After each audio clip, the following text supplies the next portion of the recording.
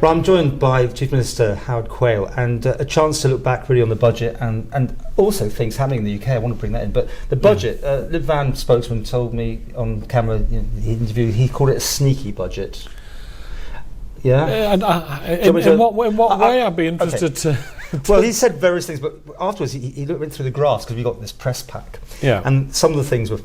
The way they were shaped, because he's a whatever, he likes his figures and things. Right. Most people wouldn't notice that, but he said it's really cunning almost. I don't think he used that particular word, but the way they put these figures out, the graphs not having an X or a Y or something. One was in a spiral and that sort of thing.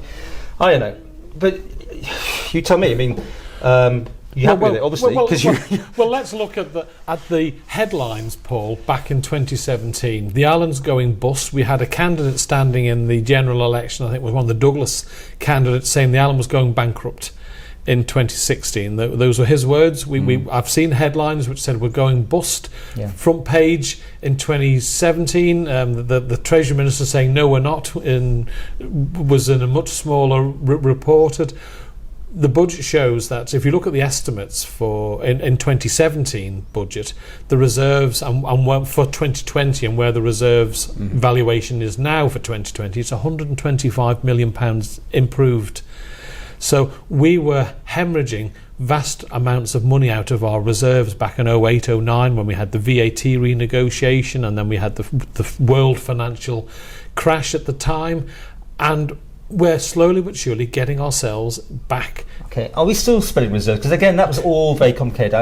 It's hard to work these things. I'm not that sort of person. Well, if you look at the reserves, we're not spending what I would call the actual reserves we have. We're not spending. What we're spending is the interest that they generate. So we've been using some of the interest on the reserves, and that's what we're doing at the moment. But as year goes by, the reliance on the interest that the reserves make is reducing. So in this budget, I think it's down to, the year after this administration is over, it's down to just 15 million, and that's taking into account that we're going to have to be finding £50 million for the public sector pensions shortfall, because that fund runs out. So it shows, if we didn't have that 50 million shortfall, it would show that in the next couple of years, that's it, the reserves are not being touched in any way, shape or form. But we've had to plan, because we knew the public sector pension fund was going to, initially it was going to run out in 21-22. Fortunately for us, we've got an extra year out of that reserve, but in the financial year 22-23, we're going to have to find circa £50 million out of revenue to fund the shortfall. We're going to have to do that every year going forward for quite a considerable amount of time. And as a result, we've been building up a surplus so that when we hit 22-23, we won't have to make dramatic cuts to whether it be health services or social care or pension payments, you name it, to balance the books. And that, to me, is a fantastic success story. But I've tried to be not complacent, because we know with the negotiations on the transition period, we just don't know what's going to be happening in the next few years. There could be a little bit of a slump, or there could be an upward trajectory. So we've got to be steady as she goes. Okay. The news about the VAT thing must have been good news for you then. You can finally put that to rest. Finally.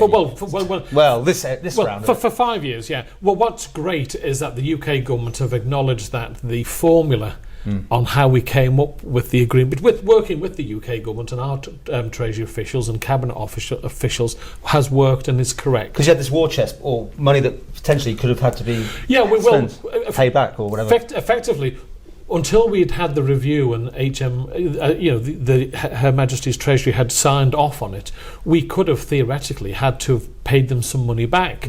Equally, we might have got some money, or equally it could have been balanced. So we had to be prudent and put a modest amount of, or a percentage, to one side, just in case we had to pay them back an amount of money. Was that the one to do with the jets, or was that another story altogether? That was totally separate. How's that one done? That was yet another one where the Isle of Man was yet again shown to have acted correctly with the rules and regulations. Quickly, let's talk about Brexit, only because Boris is now, I shouldn't call him that, but anyway, Boris.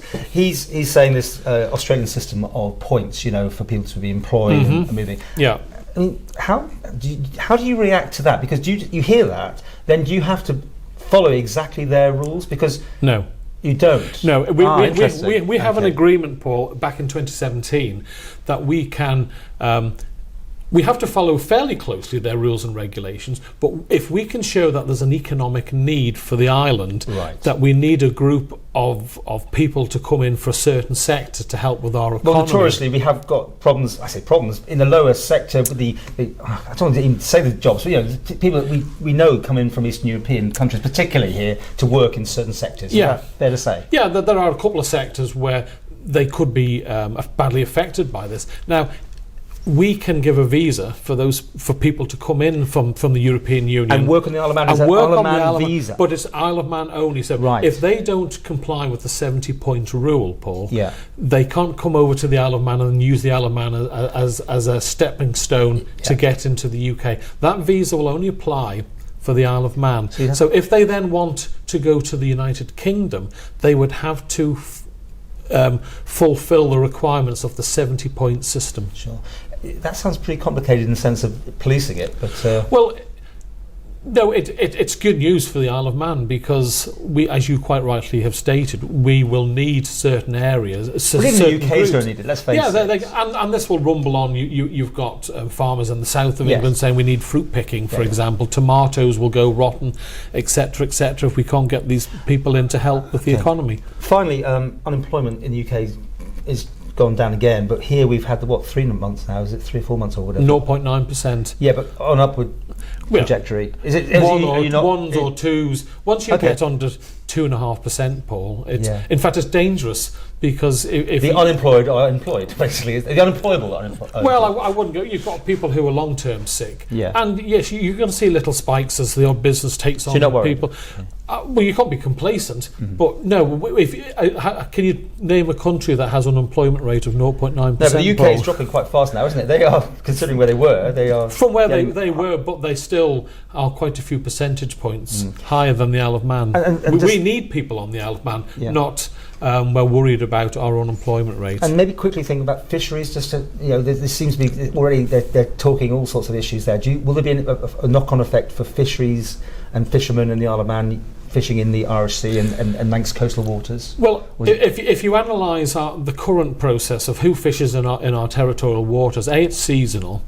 B, the only Europeans that fish in our waters are seasonal Irish fishermen who have a licence with the Queenie. So, yes, I was in Westminster with the all-party parliamentary group and I was being asked questions about fishing because for some MPs it's incredibly important. We have to comply with the rules and regulations of the fisheries agreement that the UK has signed up to with the UK. Yeah, so the UK will still be able to fish in our waters, we'll fish in their waters, but I'm more interested about what will happen with French or whatever. Well, and therein lies the conundrum, and that's what's going to happen in the transition period. Some people are saying, I think I read an article, funny enough, today in the Times, where it said that the UK may well have to give some fishing rights to the EU if it's going to get financial services agreements with the European Union. That might be a line in the sand for the Prime Minister.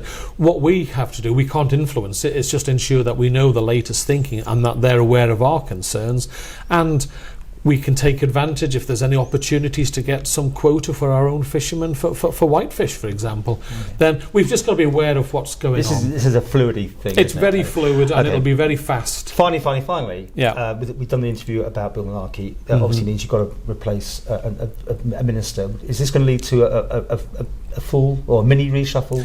Well, I was already planning a reshuffle, Paul, because of the MLC elections. Obviously, we've got David Cretney is stepping down. He was on the Department of the Environment, Food and Agriculture.